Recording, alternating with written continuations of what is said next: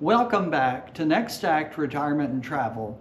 I'm Bob, and this is Sarah. On our channel, we explore retirement travel that we hope is less stressful and more comfortable than when we were younger. Today we're going to take you to the island of Fehmarn.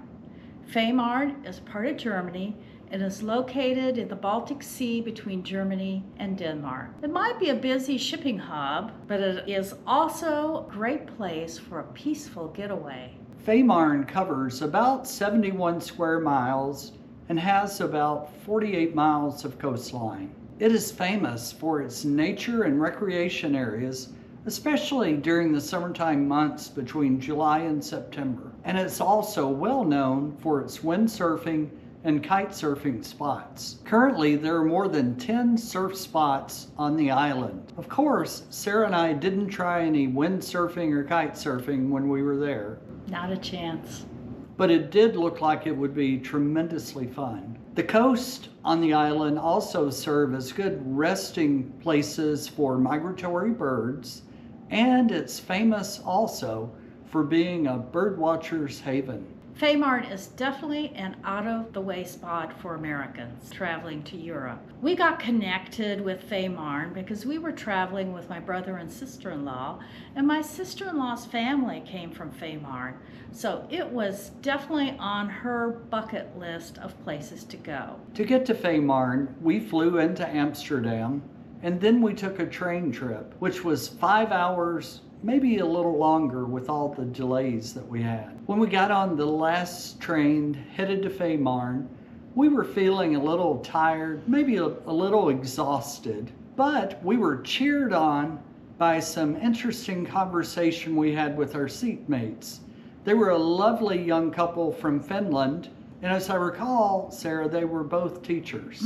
It made the last leg of the journey fly by. Meeting and connecting with people around the world is one of the special rewards of traveling. When traveling to Fehmarn, you can currently reach the island by a bridge. However, they are building a tunnel to help with a bottleneck of traffic through the port and to better connect Germany with its Scandinavian neighbors. We could have gone to Fehmarn, flying into other airports, or renting a car and getting there. We chose to keep things simple by being car-free. If we had to do it over again, we would have stayed overnight in Amsterdam and had a rest break and been refreshed to start the train trip the next day. Because Fehmarn has a tourist industry, there are hotels, inns, bed and breakfasts, and even farm stays to stay at. There are also plenty of places to eat. We stayed at a bed and breakfast above an Italian restaurant called the Borgo Antico Italiano Restaurant. We ended up eating at this restaurant every night because it was so good and so convenient. The owners were so friendly. We would have wine generally with our meal in the evening, and then the owners would come and they would help us pick out a grappa or a limoncello to have after our meal.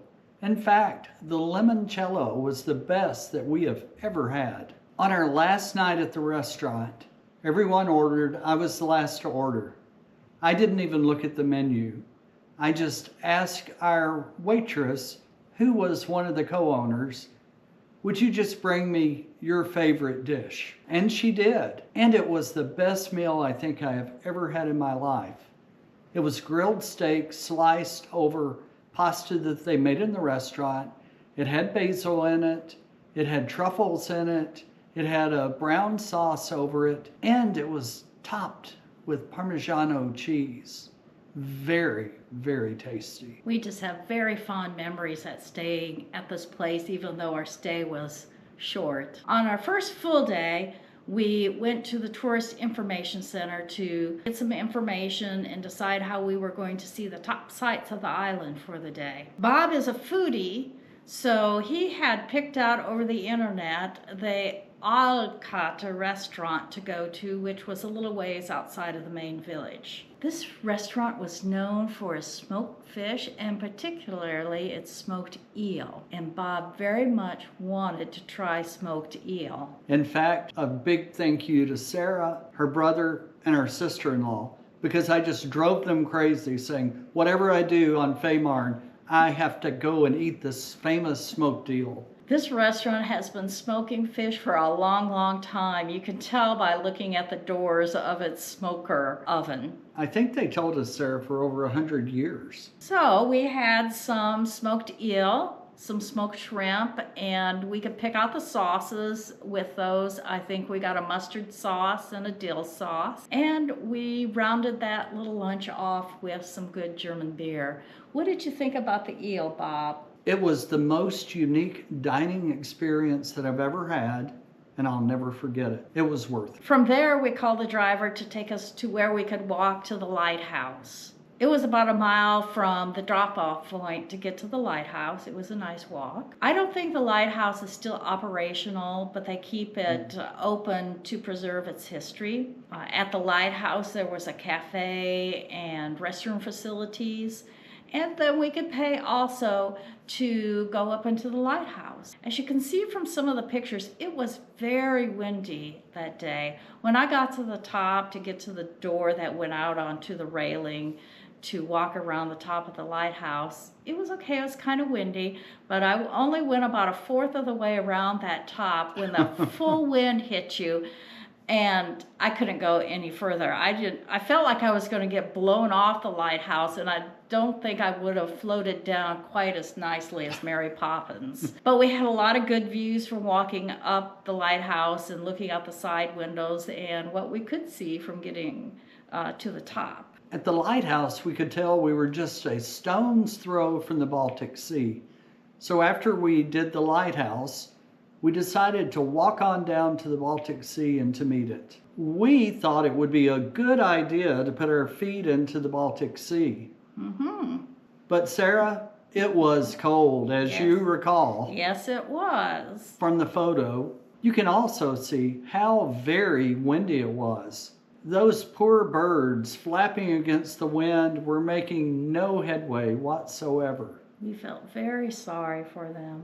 Next, we headed to the Jimi Hendrix Memorial. This is the location of the last open-air concert by Jimi Hendrix. It occurred as part of the Love and Peace Festival in September 1970. It was Hendrix's final live performance with the Jimi Hendrix Experience, and they have put up this memorial on the island to Jimi Hendrix, and I think it's very well visited there. When you're out walking out and about on Fehmarn, you may run into some Scottish Highland cows. They look like they're well equipped to handle any cold wind that might be blowing. Once we finished seeing the memorial, we again called a driver to pick us up and take us back to the actual village of Fehmarn.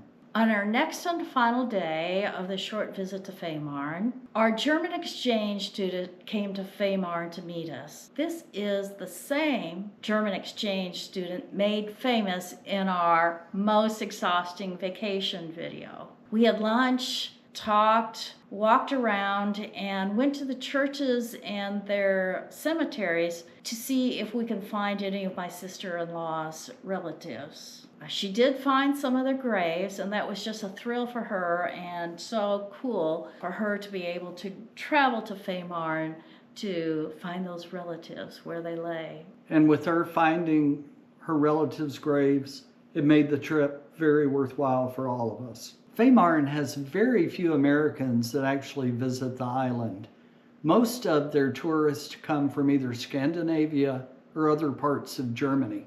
In fact, they thought we were Scandinavian when we were first there until they discovered we were Americans. Fehmarn would be a nice place for you to visit if you wanted to go somewhere where you could just relax, unwind, and enjoy nature. If you stayed longer than we did, however, I think it would be beneficial for you to rent a car. It makes it much easier getting around the island. If you have comments about the island of Fehmarn, please put them in the comment section below. If you enjoyed the video, give us a like and subscribe. We have so many more interesting places to show you, so we'll leave you with this. This is what a tour guide once told to us frequently. Quickly, my friends, this way, something even more interesting. With that, we'll say goodbye. Bye.